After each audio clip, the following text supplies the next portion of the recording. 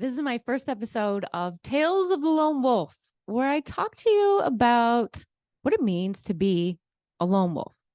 Last month, I woke up to this energy of being a lone wolf, and I've really become drawn to this energy, as you'll be hearing and seeing a lot more about this way of life and this energy in the months to come as I share with you these tales of the lone wolf.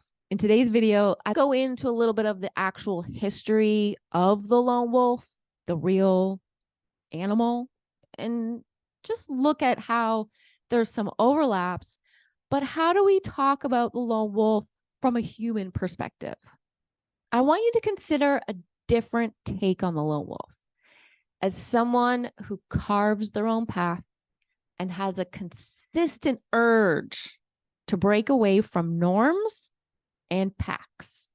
Most lone wolves are born into a pack. And I say most because some lone wolves literally come into this world alone.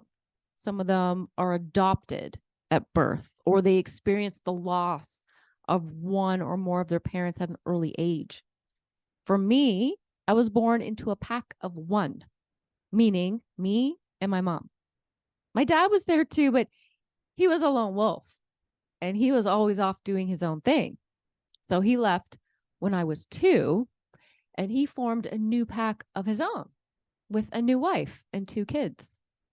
I guess you could say my mom was a lone wolf too, because for her, it meant that she tried to form a few packs over the years, but time and time again, she'd always end up alone, traveling with some of her wolf cubs behind her. The lone wolf typically comes across as a sensitive wolf. They might even be the runt of the litter, so to speak. Maybe they even were born like low birth weight. The majority have had to work really hard for what they have. They are the most efficient in what they can produce and how they take care of themselves. Most of what they have going on is done behind the scenes, and they're mostly introverted in this way. Now, the biggest reason why a wolf in the wild leaves their pack is because they want to open themselves up to a different mate selection. They don't want to breed within the pack. They're born different in this regard, and thus they're constantly out to find something different in the world. So the lone wolf might be seen as rebellious, might be seen as going against the traditions of their own family, entertaining different cultures and different beliefs than what they were raised in. They're seeking exposure to different minds, different ways of viewing the world, different ways of perceiving the world. And maybe they just want their own way of perceiving the world to be the one that rules their way of living. They want to seek different opportunities than what their original pack has to offer. And they may even travel to different cities or countries to do this. Now, cool fact, the wolves in a study by Geese and Metsch. Now, this Metsch guy, he did a lot of research on wolves. They spent 40 years studying wolves. And what they did was they had 316 wolves that they put radio collars on so that they could track them. He found that wolves traveled between 5 and 220 miles when they dispersed. So this is what the terminology is for a lone wolf. What they're doing is they're dispersing. Minimum distance that was traveled by the dispersers, aka lone wolves, was 48 miles. And the farthest straight line distance that a wolf has been known to travel went from Oregon all the way to California before it got hit by a car. Oh, so it went 700 miles. If your lone wolf energy hasn't moved in a while, you're going to be left feeling pretty unsettled. You're going to be feeling more isolated and alone.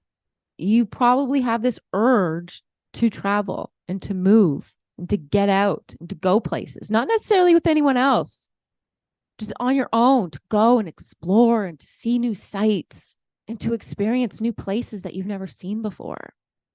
And even just to stand back and observe these new environments and to observe these other people that you come across. And you might even stop for a period of time and get to know certain people, but then ultimately you travel back on your own again. So really, a lone wolf isn't one who wants to be alone because they don't like being around others. They do so as a form of self-preservation and preparation. They need to take a different path and a different course away from others, because if the others are around when they're preparing what they're up to next, it's not going to go well, because the pack is only going to hold them back and fill their minds with doubt and what it is that they want to do, because the pack isn't brave enough to venture off. We are traveling to different places to find ourselves. And sometimes we're traveling to find a new pack, or we're just trying to find another lone wolf to spend time with. Wolves in the wild, though, they only ever live to be 16 years old. And so when you think about 16 years in the wild as a lone wolf, then you reach the end.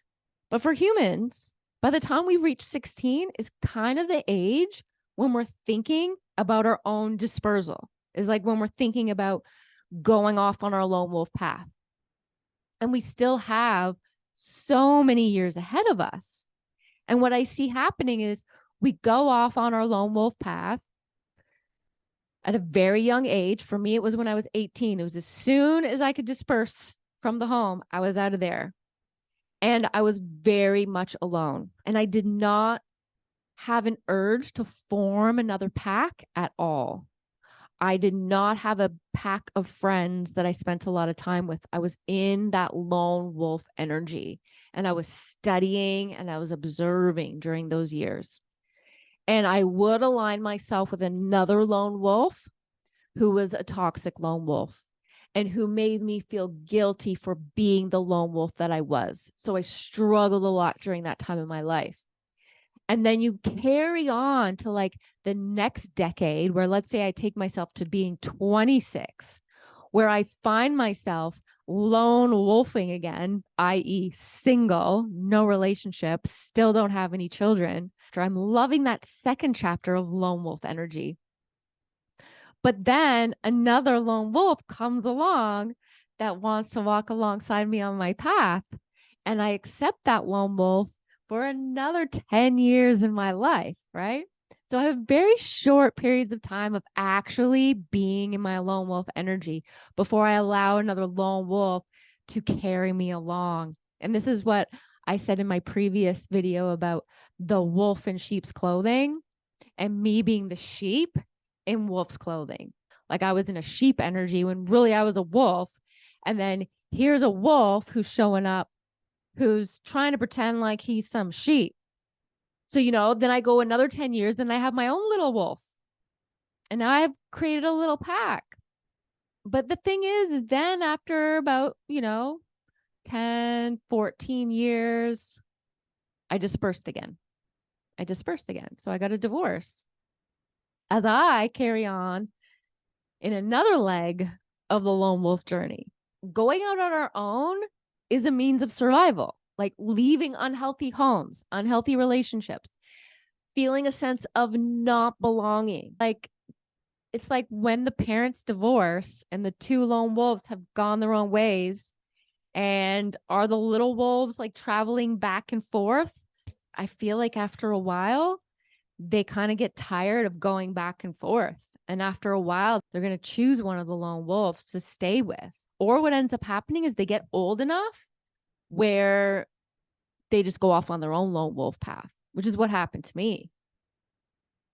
Both my parents dispersed, and then I went off on my own lone wolf path, which is talking about how lone wolves breed other lone wolves.